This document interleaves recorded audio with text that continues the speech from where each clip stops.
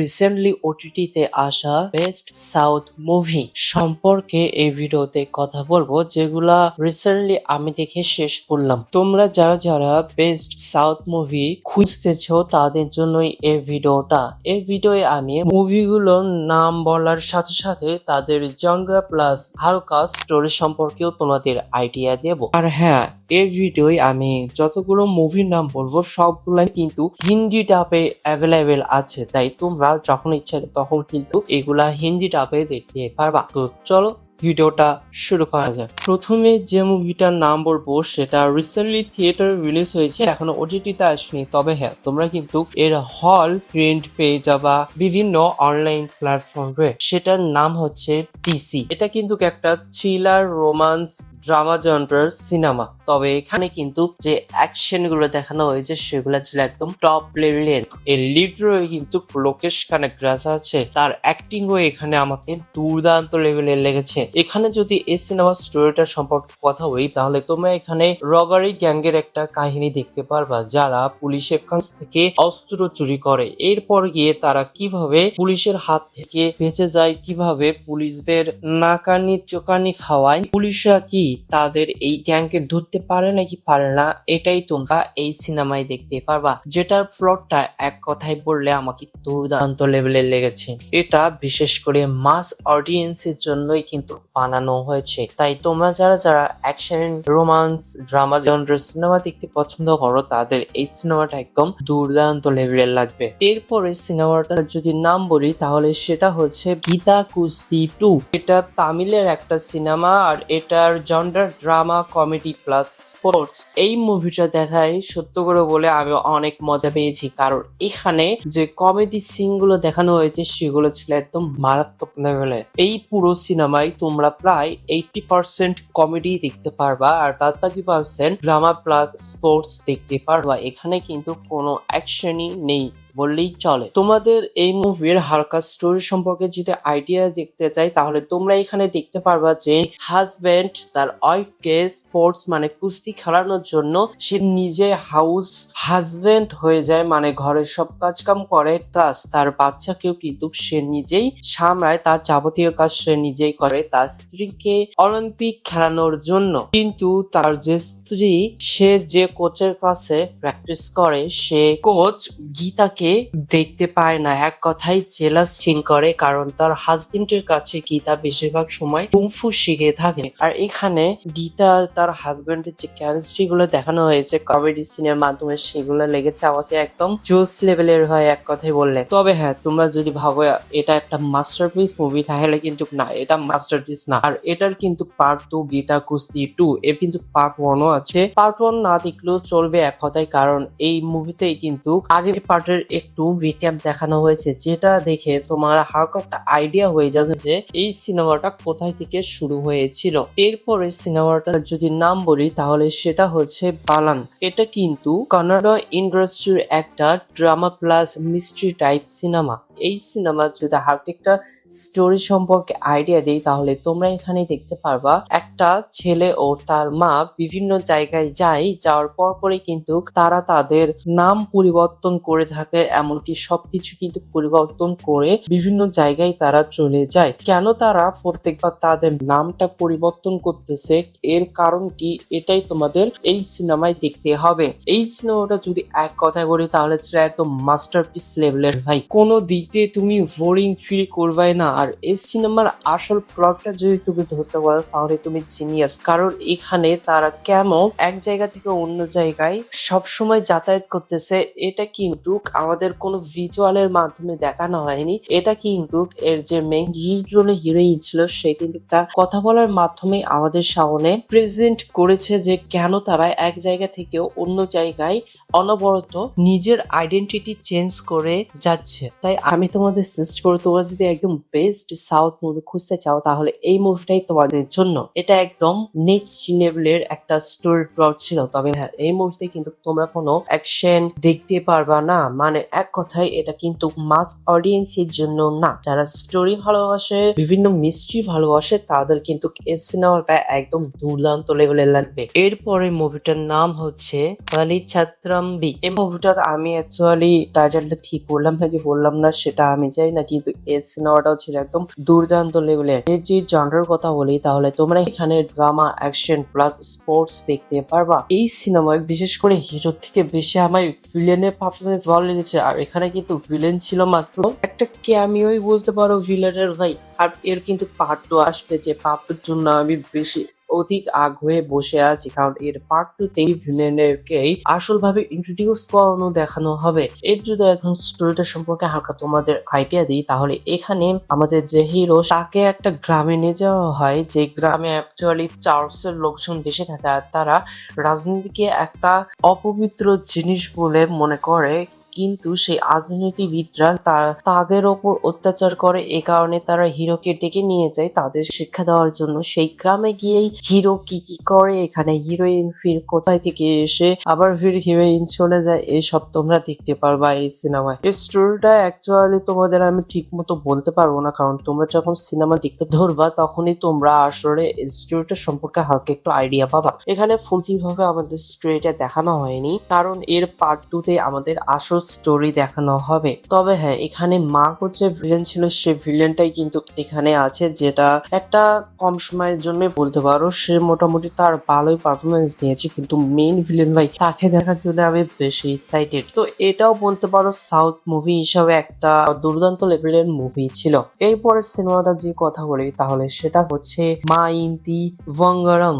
এর জনরাটা হচ্ছে thriller, drama plus comedy. এখানে তোমরা কিন্তু একটা হিরোইনকে লিড রোলে দেখতে পারবা, আর তাকে ফোকাস করে কিন্তু এই পুরো সিনেমাটার প্লট তৈরি করা হয়েছে। এখানে হিরোইনের ফার্স্ট প্লাস প্রেজেন্ট দেখানো হবে, যেটা এক কথায় বললে আমাকে দুর্দান্ত লেভেলে লেগেছে। এর প্রেজেন্টেশনটা ছিল একদম নেক্সট লেভেলে। প্লাস এই সিনেমায় তোমরা বেশ অনেক একটা অ্যাকশন সিন দেখতে পারবা, যেটা কিন্তু হিরোইনই করেছে। এখানে ভাই সে অ্যাকশন গুলো ছিল একদম দুর্দান্ত লেভেলে। এখানে যে হালকা একটা স্টোরির আইডিয়া দিই তাহলে তোমরা এখানে দেখতে পারবা যে হিরোইন আগে পালিয়ে গিয়ে বিবাহ করেছিল, কিন্তু যার সাথে পালিয়ে গিয়েছিল তার ফ্যামিলি তাদের মেনে নিতে পারেনি। এর অনেকদিন পর গিয়ে তারা পরিবারে ব্যাক করার পরে তার স্ট্রাগলটা দেখানো হবে, সে পরিবারের সাথে কিভাবে অ্যাডজাস্টমেন্ট হয় এইসবই তোমরা দেখতে পারো। আর এর মাঝখানে গিয়ে আমাদের হিরোইনের পাস্ট দেখানো হয়, সে পাস্টে কি কি হয়েছিল তার সাথে এইসবই তোমরা এই সিনেমায় দেখতে পারবা। তো এই সিনেমা যদি এক কথায় বলি তাহলে সাউথের বেস্ট সিনেমা হিসাবে একটা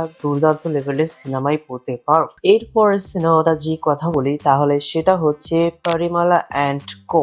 এই সিনেমাটা প্রথম আমি নাম শুনে দেখেছিলাম অ্যাকচুয়ালি, আর এটার স্টোরিটা বিশেষ করে আমায় বেশি এঙ্গেজ করে রেখেছিল। এই সিনেমাটার জনরা যদি কথা বলি তাহলে তোমরা এখানে দেখতে পারবা থ্রিলার, কমেডি প্লাস ড্রামা। এই সিনেমার হারবাজের স্টোরি সম্পর্কে তোমাদের আইডিয়া দিই তাহলে তোমরা দেখতে পারবা একটা পরিবার তাদের একটা গুন্ডা অনেক ডিস্টার্ব করা শুরু করেছিল, এই কারণে পুরো পরিবার ডিসাইড করে যে তারা সবাই এই গুন্ডাকে মেরে ফেল দিবে। এর পরের দিনই যখন তারা বিয়ে হয় তখন জানতে পারে যে ওই গুন্ডাটা মারা গিয়েছে। এখন এই গুন্ডাকে আসলে কে মেরেছে, পরিবারের কেউ মেরেছে নাকি অন্য কেউ মেরেছে, এই পরিবারের পিছনে আবার পুলিশরাও লেগে যায়। তো তারা কিভাবে পুলিশের হাত থেকে বাঁচে এই সবই তোমরা এই সিনেমায় দেখতে পারবা, যেটা এক কথায় বললে আমাকে দুর্দান্ত লেভেলে লেগেছে। বিশেষ করে এর স্টোরিটা আমায় বেশি এঙ্গেজ করে রেখেছিল। এর পরের মুভটা যদি নাম বলি তাহলে সেটা হচ্ছে কাতালান। এই সিনেমাটা একটা কানাডা ইন্ডাস্ট্রি সিনেমা। এই সিনেমাটার জনরাটা হচ্ছে থ্রিলার অ্যাকশন।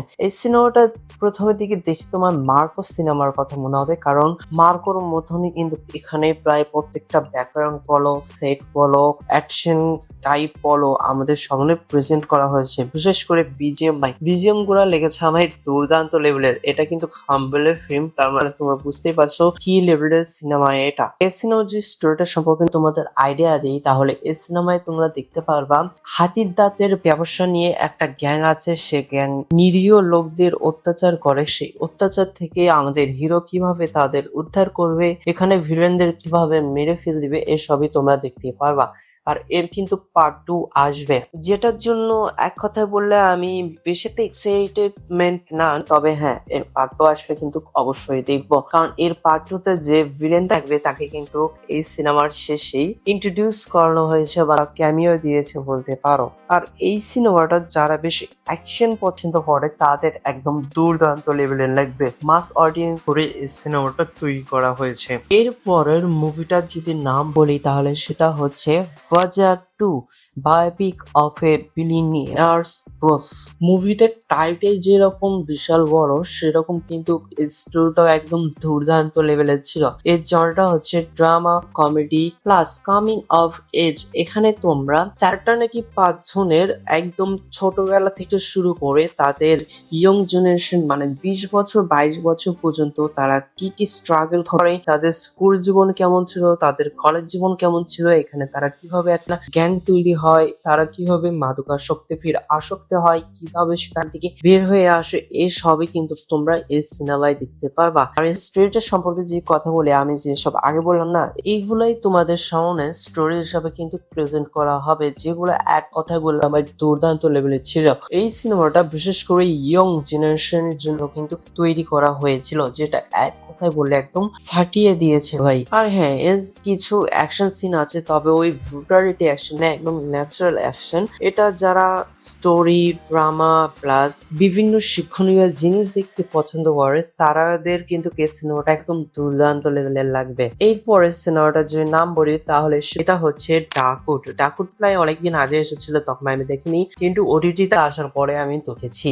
এই জনরাটা হচ্ছে থ্রিলার রোমান্স প্লাস ড্রামা। এর যদি স্টোরিটা সম্পর্কে তোমাদের আইডিয়া দিই তাহলে এখানে তোমরা দেখতে পাবা যে একটা হিরো আর হিরোইন আগের রিলেশনে ছিল, কিন্তু কোনো একটা কারণে হিরোইন হিরোকে জেলে পাঠিয়ে দেয়। হিরো সেই জেল থেকে প্রায় অনেক কয়েক বছর পর পালিয়ে আসে, কারণ সে হিরোইনের কাছ থেকে প্রতিশোধ নিতে। কিন্তু সে বাহিরে গিয়ে দেখতে পারে যে হিরোইনের অবস্থা একদম করুণ, তার বিভিন্ন পারিবারিক সমস্যা চলছে প্লাস তার নিজেরও সমস্যা চলছে, এই কারণে অনেক টাকার দরকার। এই কারণে কিন্তু তারা দুজন মিলে একটা হাসপাতাল, সে হাসপাতালের টাকা চুরি করতে যায়। এইসব তলটি তোমরা কিন্তু এই সিনেমায় দেখতে পাবা। বিশেষ করে এর ক্লাইম্যাক্সটা লেগেছে একদম আমার দুর্দান্ত লেভেলের। তা আমি বলতেছি তোমরা যদি সত্যিই কোনো ভালো সিনেমা দেখতে চাও তাহলে এই সিনেমাটা গিয়ে দেখে আসতে পারো। এই সিনেমাটা বেশিরভাগ মাস অডিয়েন্সের বেশি ভালো লাগবে, কারণ এখানে গ্যাং রবারি টাইপ একটা সিনেমাই দেখানো হয়েছে আমাদের। এরপর সিনেমাটা যদি নাম বলি তাহলে সেটা হচ্ছে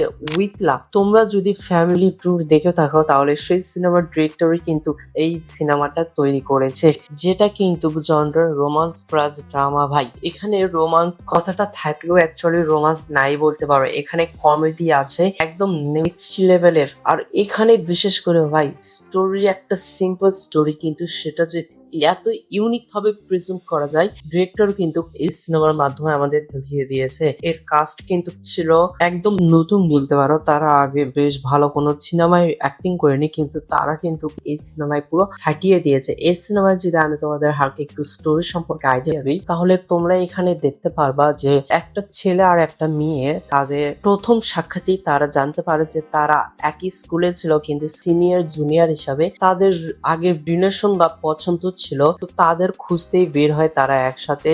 এই খুঁজতে বের হওয়ার সময় তাদের ভেতর ফির কিভাবে কেমিস্ট্রি তৈরি হয়, তারা কি আদৌ তাদের আগের ক্রাশকে খুঁজে বের করতে পারে নাকি পারে না, তাদের সাথে ফির সাক্ষাতের পর কি হয় না হয়, এই সবই তোমরা এই সিনেমায় দেখতে পারবা। একটা ফ্রেশ লাভ স্টোরি বলতে পারো, এটা কিন্তু বেশিরভাগ সবাইকে পছন্দ হবে, বিশেষ করে ইয়ং জেনারেশনের জন্য কিন্তু এটা তৈরি করা হয়েছে। এই সিনেমায় তোমরা কিন্তু কোনো অ্যাকশন দেখতে পারবা না, তাই এটা মাস অডিয়েন্সের জন্য না। কিন্তু যারা রোমান্টিক কমেডি জনরার রমকম সিনেমা দেখতে পছন্দ করো তাদের কিন্তু এই সিনেমাটা একদম দুর্দান্ত লেভেলের লাগবে। এক কথায় বললে এটা ছিল একটা মাস্টারপিস সিনেমা। এরপরে সিনেমাটা যে নাম বলি তাহলে সেটা হচ্ছে ব্লাস্ট। এটা কিন্তু থ্রিলার ড্রামা প্লাস অ্যাকশন জনরার সিনেমা। এই সিনেমার কিন্তু আগে রিভিউ দিয়ে দিয়েছি তোমাদের, তাও যদি আমি হালকা একটু স্টোরি সম্পর্কে তোমাদের আইডিয়া দিই তাহলে তোমরা এখানে দেখতে পারবা একটা ফ্যামিলি তারা বেশ একটা কুংফু ক্যারাটেতে এক্সপার্ট,